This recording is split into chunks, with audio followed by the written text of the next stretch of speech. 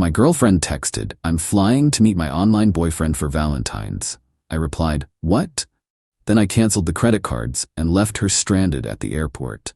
When she called from a payphone crying. Original post I, 31 male, got the text at 11 a.m. on February 12th while I was at work. My girlfriend Madison, 29, and I had been together for 4 years, living together for the last 2. The text read, "Hey babe, just so you know, I'm flying out to meet Derek this afternoon. He's my online boyfriend. We've been talking for 6 months. Need to spend Valentine's with someone who actually gets me. Back Sunday night. Don't wait up." I literally stared at my phone for a solid minute, read it 3 times, then typed back, "What?" She responded immediately, "You heard me. This relationship isn't working. Derek understands me emotionally in ways you never could. I deserve to explore this connection. You're too controlling anyway." Controlling? Because I asked her to contribute to rent last month? Because I suggested she get a job after being unemployed for 8 months? Here's the kicker. She was using my credit card to book this flight. The supplementary card I'd given her for emergencies that she'd been using for DoorDash and online shopping. I could see the pending charge on my banking app, $487 to the airline. I didn't respond to her text. Instead, I called my credit card company, reported the card lost, canceled it immediately, removed her as an authorized user on all my accounts, changed my Amazon Prime password, she was always ordering stuff, called my phone carrier, removed her line from my family plan. The whole process took maybe 20 minutes. Then I went back to work. My coworker Jerome noticed I was off. "You good, man?" "Just found out my girlfriend has an online boyfriend she's flying to meet, on my dime." "Bro? What?" "Yeah, apparently I'm too controlling because I want her to pay half the rent." 2 hours later, my phone rang. Unknown number. "Hello? What did you do?" Madison's voice, near hysteric. "Madison, where are you calling from?" "A payphone at the airport. My card got declined. They wouldn't let me board. The Uber app says my payment method is invalid." "What did you do?" "I canceled the cards. You said you're going to meet your boyfriend. Why would I pay for that?" "Because I don't have any money. You know that." "Then maybe you shouldn't have planned a trip to meet another man." Derek isn't just another man. We have a deep emotional connection, something you'd never understand because you only care about money and bills and stupid adult stuff. I actually laughed. Stupid adult stuff? Like keeping a roof over your head? This is abusive. You're financially abusing me. I'm stuck here. Call Derek. I'm sure he'll help his girlfriend out. He can't. He's between jobs right now. Of course he was. Call your mom then, or your sister. Not my problem anymore. You can't just abandon me at the airport. You literally just texted me that you're flying to spend Valentine's with another man. You abandoned this relationship. I'm just making it official. She started crying. Please, just let me come home and we can talk about this. Home? You mean my apartment that you don't contribute to? Our apartment. Check the lease. It's just my name, has been since day one. I can't believe you're doing this to me. After everything. After everything? You mean after I supported you for 8 months? After I paid for everything while you found yourself? After you secretly got an online boyfriend? It's not secret. I just told you. 6 months, Madison. You said you've been talking for 6 months. That's half a year of lying. It wasn't lying. It was exploring my options. I hung up. Update 1, later that night. She got home around 8 p.m. Her sister Brittany drove her, and boy was Brittany pissed. At me, somehow. I'd already changed the locks. My landlord's actually cool and did it as an emergency favor when I explained the situation. Watching them try the key through my Ring doorbell was something. Bang, bang, bang on the door. Open this door right now. That was Brittany. I opened it, but kept the chain on. Hey Brittany. Don't you hey me? What kind of man leaves a woman stranded at the airport? The kind whose girlfriend was flying to meet another man, on his credit card. Madison pushed forward. Baby, please, let me explain. Derek means nothing. You literally said he's your boyfriend. Online boyfriend, it's different. It's like emotional support. That's called cheating, Madison. Brittany jumped in. She made a mistake. Everyone makes mistakes. You're seriously going to throw away 4 years over this? She threw it away when she started her online affair. I'm just taking out the trash. Madison gasped. I am not trash. No, but your behavior is. This is illegal. Brittany pulled out her phone. You can't just lock her out. She lives here. She's not on the lease. Never was. She's a guest who's no longer welcome. She's a tenant. She has rights. She doesn't pay rent. Never has. That makes her a guest in this state. Look it up. I'd actually researched this while waiting for them to show up. Knew my rights. Madison started ugly crying. Where am I supposed to go? Brittany's? Your mom's? Derek's? Derek lives with his mom in another state. Shocking. Can I at least get my things? I'd already packed her stuff. 5 boxes, 2 suitcases, all sitting in the hallway. Already handled. I pointed to the pile. You went through my things? I packed them. Carefully. Everything's there. Brittany examined the boxes suspiciously. Where's her jewelry? The jewelry I bought her? That's mine. You gave it to her. As gifts when we were together. We're not together anymore. Madison wailed. You're keeping my grandmother's ring. You mean the ring your grandmother is still wearing? Because she's still alive? Nice try, though. Brittany hefted a box. This is emotional abuse. Financial abuse. You're a monster. I'm a monster who's no longer paying for your sister's lifestyle. Tragic. As they loaded the car, Madison turned back one more time. Derek would never treat me like this. Great. Go be with Derek then. Oh wait, you can't, because neither of you can afford a plane ticket. I hate you. Cool. Please hate me from somewhere else. Update 2. 3 days later. Valentine's Day. I'm at work when my phone starts blowing up. Madison's posted on social media. When you find out your ex is a narcissistic abuser who abandoned you at the airport and made you homeless on Valentine's Day. Some men can't handle strong, independent women who have emotional needs. Share if you've been financially abused. The comments were interesting. Half her friends were supportive. The other half were asking questions like, wait, why were you at the airport? And didn't you have an online boyfriend? Then Madison's mom, Darlene, called me. We'd always gotten along okay. Danny, what's this? I'm hearing about you making Madison homeless? Hi, Darlene. Did she tell you about Derek? Who's Derek? Her online boyfriend of 6 months, the one she was flying to spend Valentine's with on my credit card. Long pause. She said, what now? I forwarded her the original text. The line went quiet for so long I thought she'd hung up. That little, and she told me you were cheating. Nope, just paying all her bills while she sexted some unemployed dude online. He's unemployed too? Apparently. Jesus Christ, I raised an idiot. I mean, she's staying with Brittany. Brittany's already complaining. Madison won't get a job, won't help around the house, just sits on her phone talking to this Derek character. Sounds about right. Danny, I'm sorry. I really am. We liked you. Thanks, Darlene. She's trying to get her daddy to pay for a plane ticket. He said no. I said hell no. Small victories. That afternoon, got a text from an unknown number. Hi, this is Derek. Madison gave me your number. I think we should talk about this situation. I screenshot it and sent it to my group chat. The boys were dying. I responded, no thanks. You can have her. You don't understand our connection. I don't care about your connection.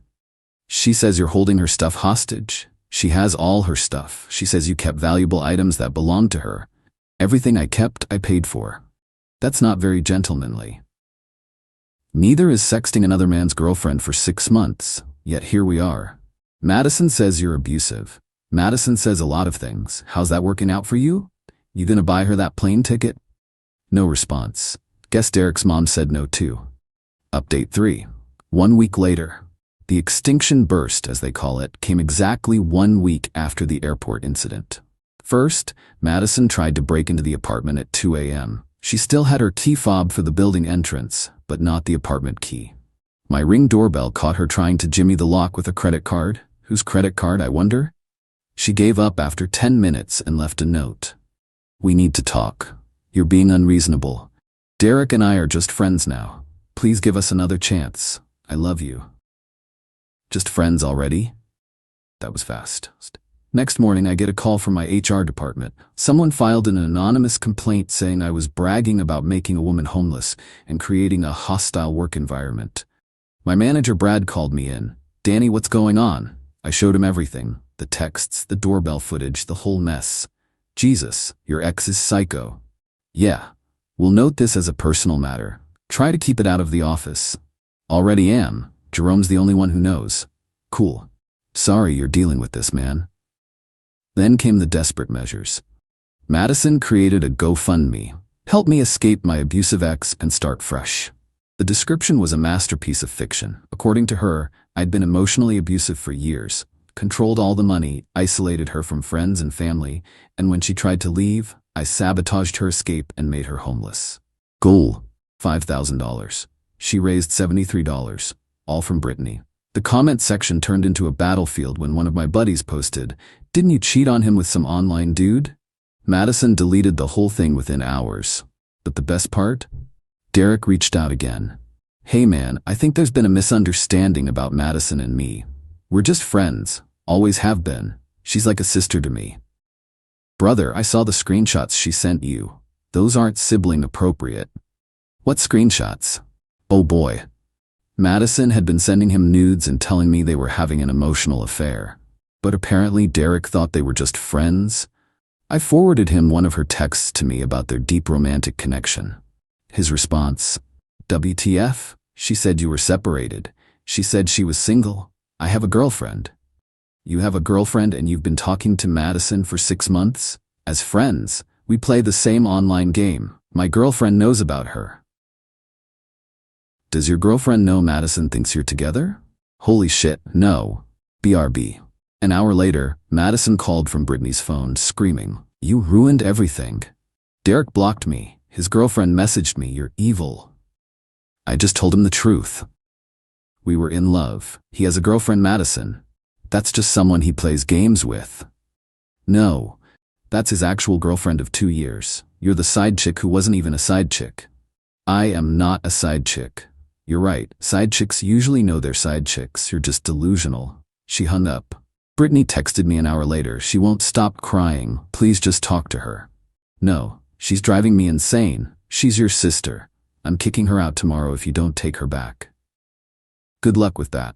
Update 4. 2 weeks later, the fallout was swift and brutal. Brittany did kick Madison out, but not before Madison borrowed Brittany's credit card for a shopping spree, told Brittany's boyfriend that Brittany was cheating, she wasn't, broke Brittany's laptop accidentally.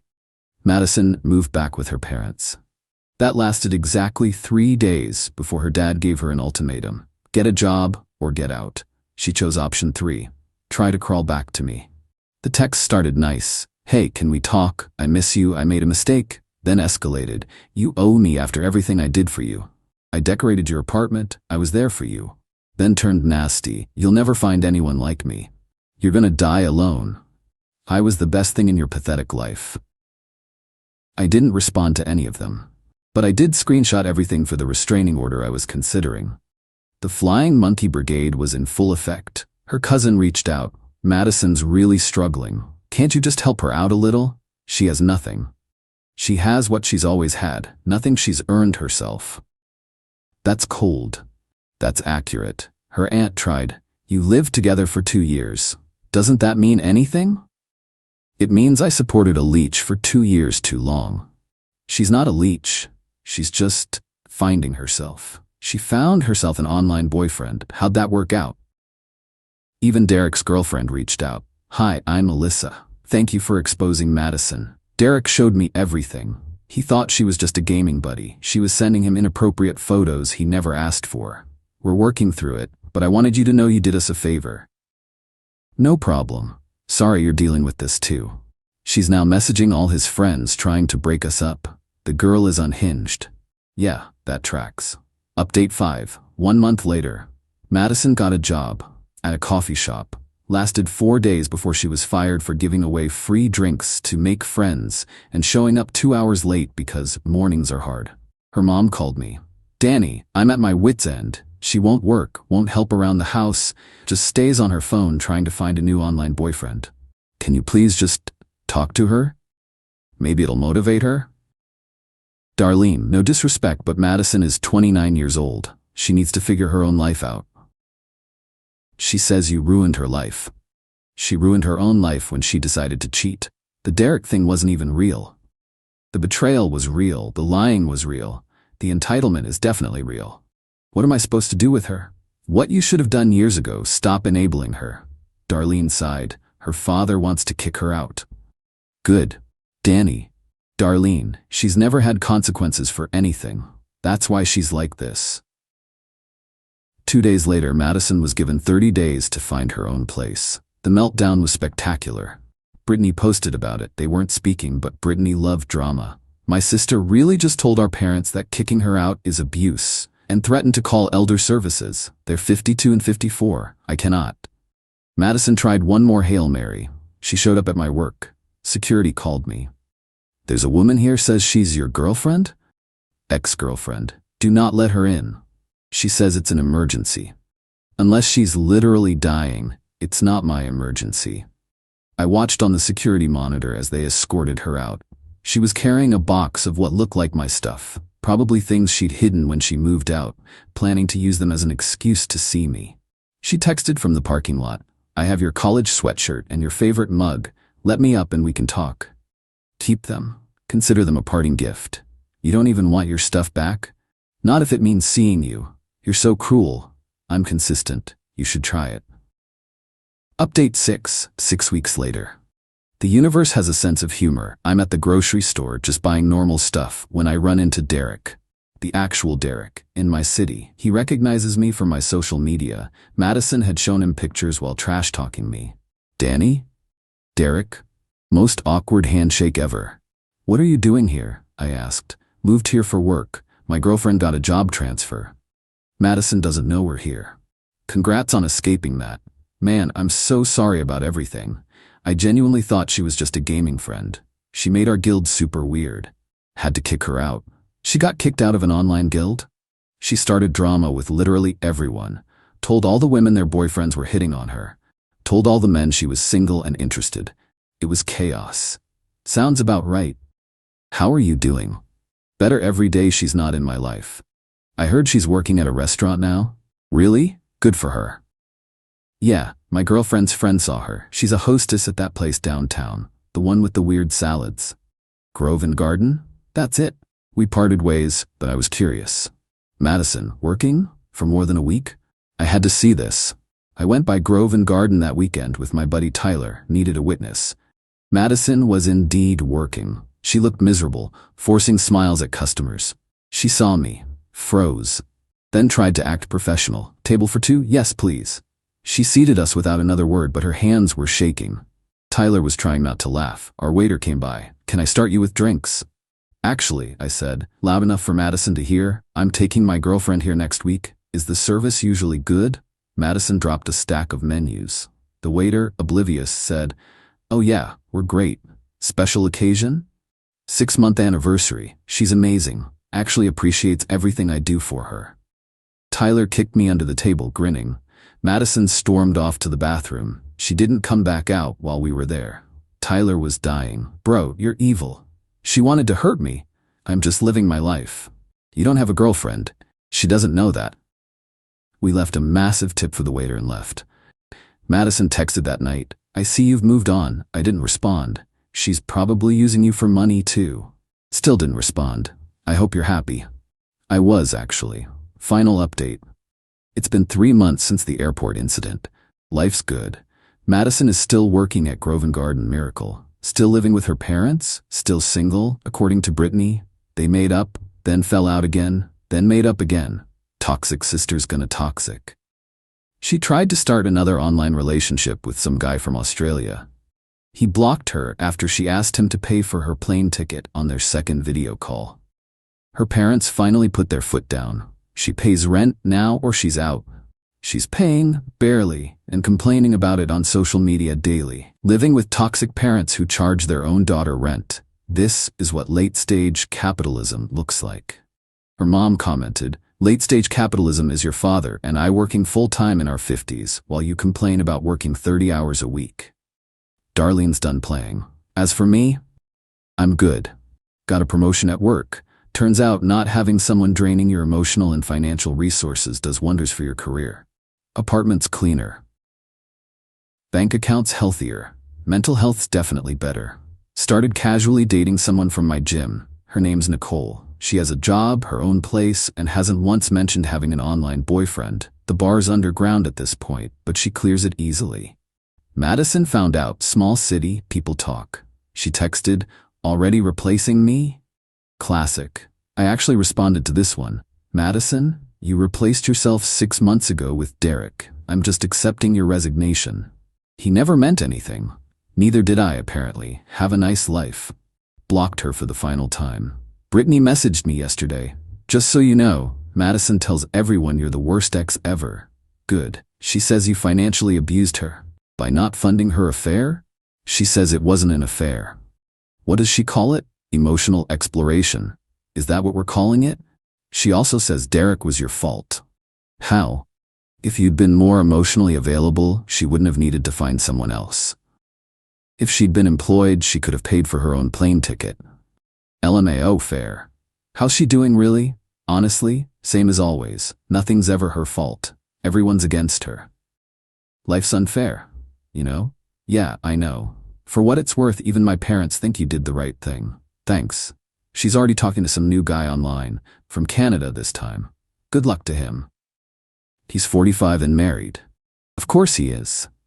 Life's funny. Madison thought she was trading up with Derek. Thought she'd hurt me by flaunting her online boyfriend.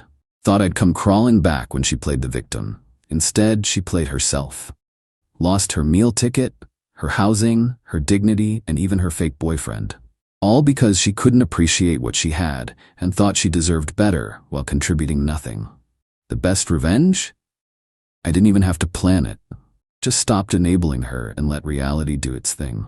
Turns out, when you remove the safety net from someone who's never learned to walk on their own, gravity handles the rest. My credit cards are mine.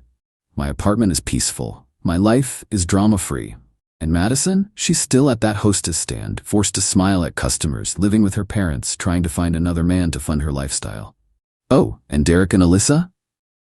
They're getting married. Madison found out through the Gaming Guild Discord. Had another meltdown. Got banned from there too. I'm not saying karma's real, but sometimes the universe has perfect comedic timing. Thanks for reading, everyone.